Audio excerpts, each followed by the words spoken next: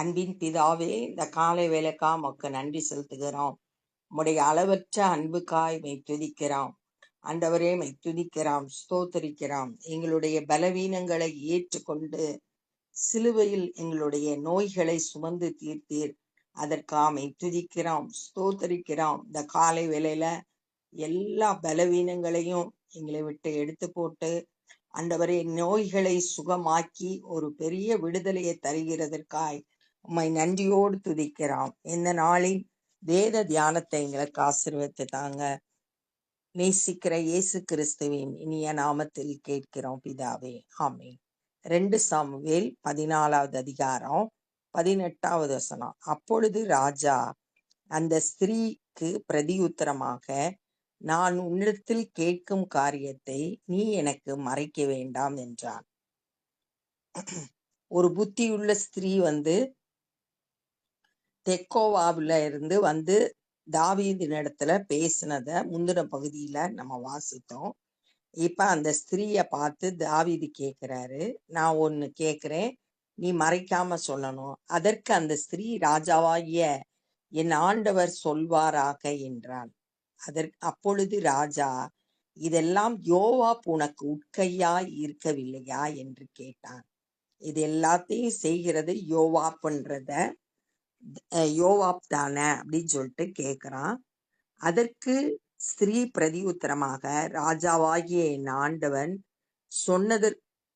சொன்னதற்கெல்லாம் வலது பக்கத்திலாவது இடது பக்கத்திலாவது விலகுவதற்கு ஒருவராலும் கூடாது என்று ராஜாவாகிய என் ஆண்டவனுடைய ஜீவனை கொண்டு சொல்லுகிறேன்.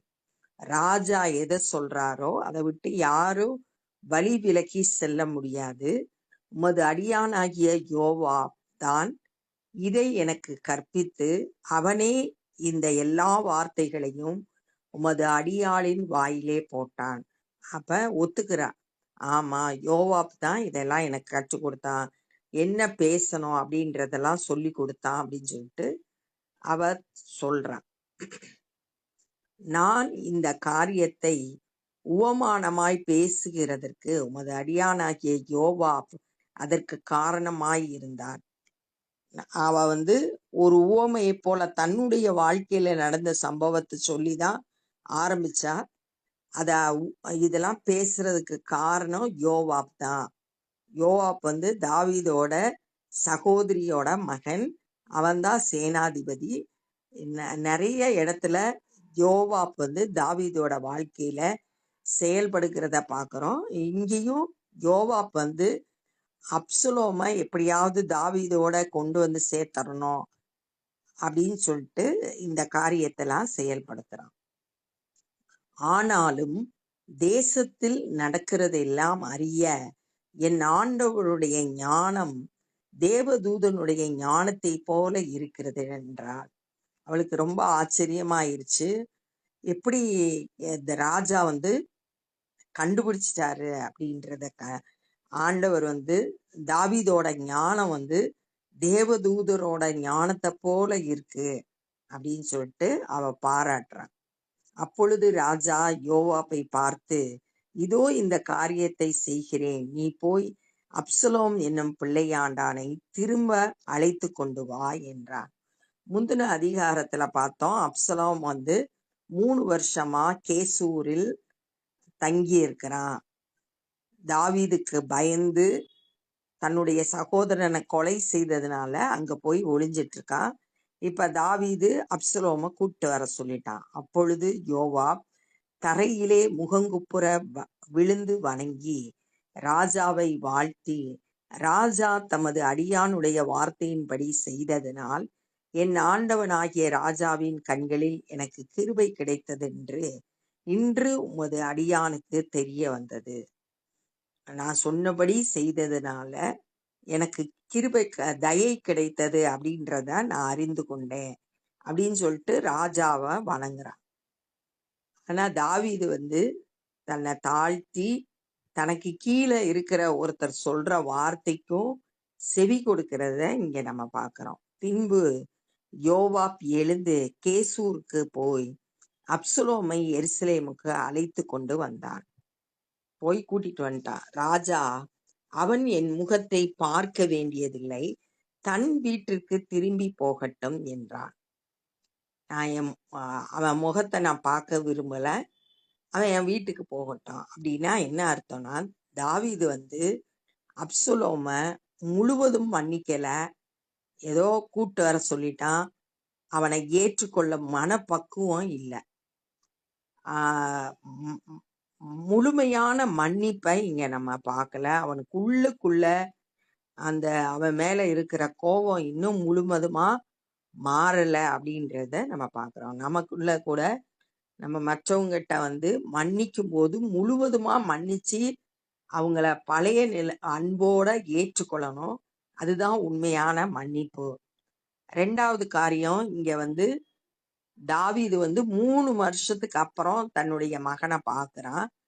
அப்ப அவனை எவ்வளவு ஆசையா ஏற்றுக்கொள்ளணும். இந்த கெட்ட குமாரன் கதையில கூட லூக்கா 15வது அதிகாரத்துல தகப்பன் மகன் திரும்பி வரும்போது அவன் எவ்வளோ அழுக்கா இருந்தாலும் அப்படியே ஏற்றுக்கொண்டு அன்பு செலுத்தி முத்தம் விடுறத நம்ம அங்க பார்க்கிறோம். ஆனா அப்படிப்பட்ட அன்பு தாவீதினிடத்துல நம்ம பார்க்க முடியல. இந்த பிள்ளைகள் தவறு செய்யும் போது அவங்கள மன்னிச்சு ஏற்றுக்கொள்ளணும். அப்படிப்பட்ட அன்பு நம்ம இடத்துல காணப்படணும். அப்சலோம் தாவீதின் முகத்தை பார்க்காமல் தன் வீட்டிற்கு திரும்பி போனான்.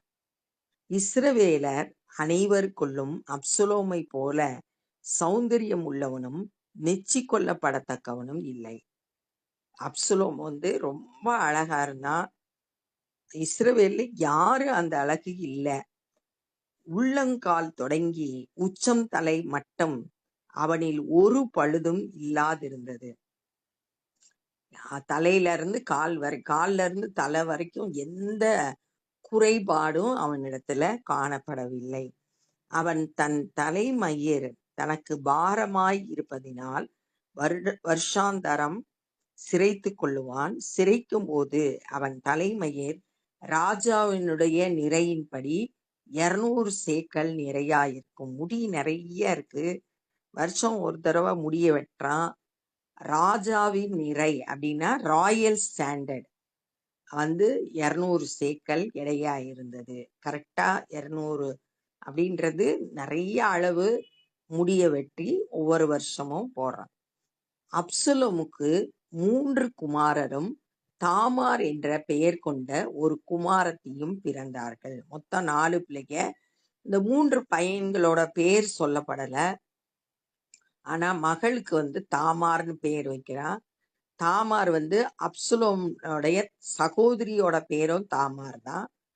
அப்ப அந்த பேரையே அவளுக்கு தன்னுடைய மகளுக்கு வைக்கிறான். இவள் ரூபவதியான பெண்ணாய் இருந்தாள், ரொம்ப அழகுள்ளவள்.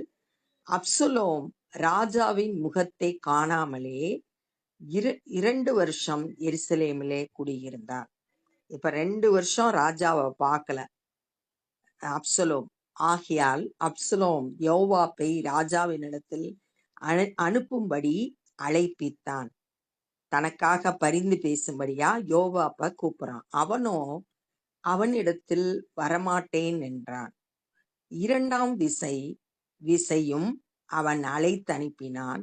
அவன் வரமாட்டேன் என்றான். யோவாப்ப 2 தடவை கூப்பிட்டு பார்க்கிறான் அப்சலோம். ஆனா யோவாப் வரல. அப்பொழுது அவன் தன் வேலைக்காரரை பார்த்து, இதோ என் நிலத்திற்கு அருகே யோவாப்பின் நிலம் இருக்கிறது, அதிலே அவனுக்கு வார்கோதுமை விளைந்திருக்கிறது, நீங்கள் போய் அதை தீ கொளுத்தி போடுங்கள். தன் வேலைக்காரனுக்கு கட்டளை கொடுக்கறான் அப்சலோம். யோவாப்போட வயல்ல வார்கோதுமை விளைஞ்சிருக்கு. வார்கோதுமைனா பார்லி. அதை ஃபுல்லா அழிச்சு தீக்கிரையாக்கி போடு. அப்படியே அப்சலோமின் வேலைக்காரர் அந்த நிலத்தை தீ கொளுத்தி போட்டார்கள்.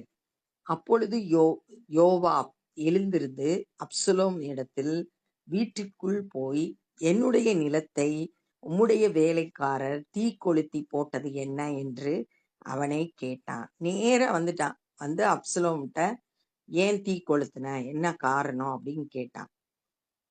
அப்சலோம் யோவாப்பை பார்த்து, இதோ நான் ஏன் கேசூரிலிருந்து வந்தேன், நான் அங்கே இருந்து விட்டால் நலம் என்று ராஜாவுக்கு சொல்லும்படி உம்முடைய ராஜாவினிடத்தில் அனுப்புகிறதற்கு உம்மை இங்கே வரும்படி அழைப்பித்தேன். நான் கேசூர்ல இருந்து எதுக்கு வந்தேன்? எங்க அப்பாவை பார்க்கறதுக்கு வந்தேன். ஆனா அவரை பார்க்கல. நான் பேசாம அங்கேயே இருந்திருந்தா நலமா இருந்திருக்கும் அப்படின்னு சொல்லிட்டு இந்த செய்திய யோவாப் மூலம் ராஜாவுக்கு சொல்லி அனுப்புறதுக்காகத்தான் கொடுத்து விட்டேன். இப்பொழுதும் நான் ராஜாவின் முகத்தை பார்க்கட்டும், என் மேல் குற்றம் இருந்தால் அவர் என்னை கொன்று போடட்டும் என்றான். ராஜாவை பார்க்கணும் அப்படின்றத அவன் சொல்றான். யோவாப் ராஜாவினிடத்தில் போய் அதை அவனுக்கு அறிவித்த போது அப்சலோமை அழைப்பித்தான். யோவாப் போய் இந்த செய்திய ராஜாவினிடத்துல போய் சொல்றான். அந்த இதை கேள்விப்பட்ட பிறகு, இவன் பேசினதை கேள்விப்பட்ட பிறகு அப்சலோமை தாவீது அழைத்து அனுப்பினான். யோவாப் அப்சலோமுக்காக ராஜாவின் இடத்துல பரிந்து பேசினான். நமக்காகவும் இயேசு கிறிஸ்து பிதாவின் இடத்துல பரிந்து பேசுகிறவராய் இருக்கிறார். 1 யோவான் 2வது அதிகாரம் 1வது வசனத்துல, ஒருவன் பாவம் செய்வானானால் நீதிபரராய் இருக்கிற இயேசு கிறிஸ்து பிதாவின் இடத்துல பரிந்து பேசுகிறார் அப்படின்னு சொல்லப்பட்டிருக்கு. நமக்காக பிதாவின் இடத்துல இயேசு பரிந்து பேசுகிறார். இங்க யோவாப் ராஜாவின் இடத்துல போய் சொல்றான். அவன் ராஜாவின் இடத்துல ராஜாவுக்கு முன்பாக தரையிலே முகங்குப்புற விழுந்து வணங்கினான். ராஜாட்ட வந்த உடனே அப்சலோம் முகங்குப்புற விழுந்தா. அப்பொழுது ராஜா அப்சலோமை முத்தமிட்டான். அவனை பார்த்து தன்னுடைய மகனான அப்சலோமை முத்தமிடுறான். தன்னுடைய அன்பை காட்டும்படியா அவன் முத்தமிடுறான். அப்ப இந்த நாள்ல நம்ம என்ன கற்றுக்கொண்டோம்னா, அந்த பெண்ணை பார்த்து ராஜா கேட்கிறாரு, இதெல்லாம் யோவாப் செய்ததானே, உண்மைய சொல்லு, மறைக்காம சொல்லு அப்படின்னு கேட்கும்போது, ஆமா யோவாப் சொன்னதைத்தான் நான் எல்லாம் சொன்னேன். இத கண்டுபிடிச்ச உடனே அவளுக்கு ரொம்ப ஆச்சரியமா இருந்தது. தாவீதோட ஞானத்தை பார்த்து, அது தேவதூதனுடைய ஞானத்தை போல இருக்கு அப்படின்னு சொல்லிட்டு சொன்னா. ராஜாவுக்கு எல்லாத்தையும் அறிந்து கொள்ளக்கூடிய ஞானம் கர்த்தர் கொடுத்திருந்தாரு. அதனால அவன் ஈஸியா கண்டுபிடிச்சிட்டான். அடுத்து அப்சலோம போய் கூட்டு வா அப்படின்னு சொல்லிட்டு யோவாப்புக்கு தாவீது கட்டளை கொடுத்தான். அவன் கூட்டிட்டு வந்தான். ஆனா தாவீது நேரா அவன் வீட்டுக்கு போட்டோம், நான் அவன் முகத்தை பார்க்க விரும்பல அப்படின்னு சொல்லிட்டு சொல்லி அனுப்பிட்டான். அப்சலோம் ரொம்ப அழகுள்ளவனா இருந்தான். அவனுக்கு 3 குமாரரும் 1 குமாரத்தையும் பிறந்தாங்க. 2 வருஷம் எருசலேம்ல ராஜாவை பார்க்காமே இருந்தான். அதுக்கப்புறம் யோவாப்ப கூப்பிட்டு விட்டான். ஆனா அவன் 2 முறையும் வரல. அடுத்து என்ன செஞ்சான்னா, இந்த யோவாப்புடைய நிலத்துல தீ கொளுத்தி போட்டான் வேலைக்காரங்களை வச்சு.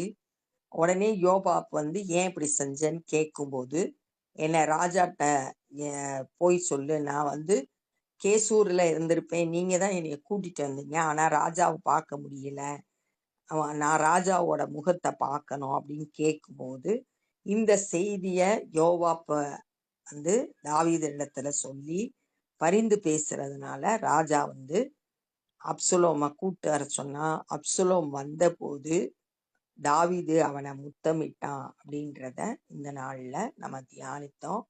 இப்ப நம்ம ஜெபம் பண்ண போறோம். அன்பின் பிதாவே, இந்த நாள்ல நாங்க கற்றுக்கொண்ட அந்த வேத பகுதிக்காய் நன்றி செலுத்துகிறோம். தாவீதோடு கூட நீர் இருந்து ஞானமாய் செயல்பட்டத இந்த நாள்ல தியானித்தோம். எங்களுக்கும் அப்படிப்பட்ட ஞானத்தை தந்து வழி நடத்துங்க ஆண்டவரே. நாங்க யாரு மேலே கசப்பு, வைராக்கியம், விரோதம் எதுவும் எங்களிடத்துல காணப்படக்கூடாது. நாங்க மற்றவர்களை நேசிக்க எங்களுக்கு கிருபை செய்யுங்க ஆண்டவரே. நீர் எங்களுக்காய் பிதாவினிடத்துல பரிந்து பேசி ஆண்டவரே எங்களை பிதாவினிடத்துல ஒப்புரவாக்கினீர். அதற்காக துதிக்கிறோம், ஸ்தோத்தரிக்கிறோம், நன்றி செலுத்துகிறோம் ஆண்டவரே. எத்தனையோ குறைகள் எங்களிடத்துல இருந்தா கூட எல்லாவற்றையும் மன்னித்து உம்முடைய சொந்த பிள்ளைகளாய் எங்களை ஏற்றுக்கொண்டீங்க. அந்த அன்பை நினைத்து உமக்கு நன்றி செலுத்துகிறோம். இந்த நாள்ல சுவிசேஷ பணி செய்கிற ஒவ்வொருவரையும் உடைய கரத்திலே கொடுக்கிறோம். உம்முடைய வல்லமையினால் நிரப்புங்க, பயன்படுத்துங்க. சத்தியத்தை அநேகர் அறிந்து ரட்சிக்கப்பட கிருபை செய்யுங்க. நாங்களும் உம்முடைய ராஜ்ய பணியிலே எங்களால் இயன்றதை செய்ய எங்களை ஒப்பு கொடுக்கிறோம். நேசிக்கிற இயேசு கிறிஸ்துவின் இனிய நாமத்தில் கேட்கிறோம் பிதாவே, ஆமென். என் ஆத்துமாவே கர்த்தரை ஸ்தோத்திரி, என் முழு உலமே பரிசுத்த நாமத்தை ஸ்தோத்திரி. என் ஆத்துமாவே கர்த்தரை ஸ்தோத்திரி, கர்த்தர் செய்த சகல உபகாரங்களை மறவாதே. ஆமென். God bless you.